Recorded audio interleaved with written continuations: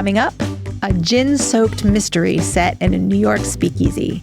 A true story about a man who bought a manor house. Plus, our distraction of the week. I'm Mel. I'm Dave. This is the Library of Lost Time. This week, I'm looking forward to reading Last Call at the Nightingale by Katharine Schellman. It's 1924, and Vivian Kelly likes nothing more than drinking and dancing the night away at a stylish speakeasy called the Nightingale. A little bootleg gin in Charleston, with pretty boys or girls, help her forget the drudgery of tenement life. But a dead body in the alley and a police raid at the club change everything. So you know what Vivian's only option is. Solve the crime? Turn amateur sleuth and solve the crime. Soon she's menaced by thugs from Chicago, hobnobbing with the sexy club owner, Ms. Huxley, and sneaking into the parlors of New York power players. She sounds like an American Phryne Fisher. She does, and I love it.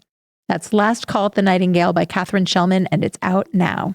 I'm excited about Downton Shabby. Downton Shabby? Downton Shabby, one American's ultimate DIY adventure restoring his family's English castle by Hopwood DePree. Oh, come on.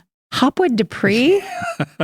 This is a nonfiction book. It's the story of an LA man who stayed up late one night surfing the net and discovered that he was the last surviving heir to a crumbling English castle. Dream come true. Yeah. He did what anyone would do. He flew to England and he bought it. It's now a 600-year-old, 60-room fixer-upper on 5,000 acres. And when the book starts, he has no background in restoration, not nearly enough money, and he doesn't know anyone in town. I can't wait to read the story and see what happens. That's Downton Shabby by Hopwood DePree. And now, our distraction of the week. One of the northernmost cities in the world is Tromsø, Norway. It is home to more than 60,000 brave, sturdy people. It's a beautiful place situated on 2 islands dotted with birch forests and surrounded by fjords and mountains. It literally looks like something out of a fantasy story. I'm pretty sure that elves live there. Tomorrow is a big day in Tromsø. It's the running of the Midnight Sun Marathon. An expected 6,000 people will be there when the marathon starts at 8:30 p.m.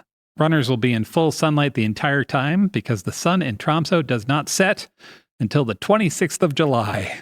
The whole thing has a party atmosphere.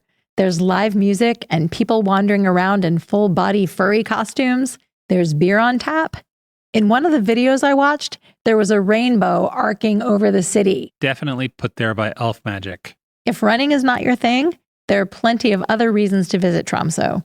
You can ride a cable car up the mountain for a panoramic view, or climb the 1,200 stone steps that make up the Sherpa staircase.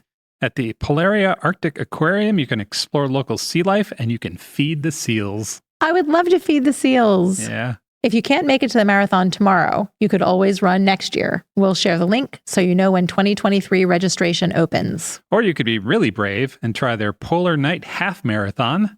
That's coming up in January.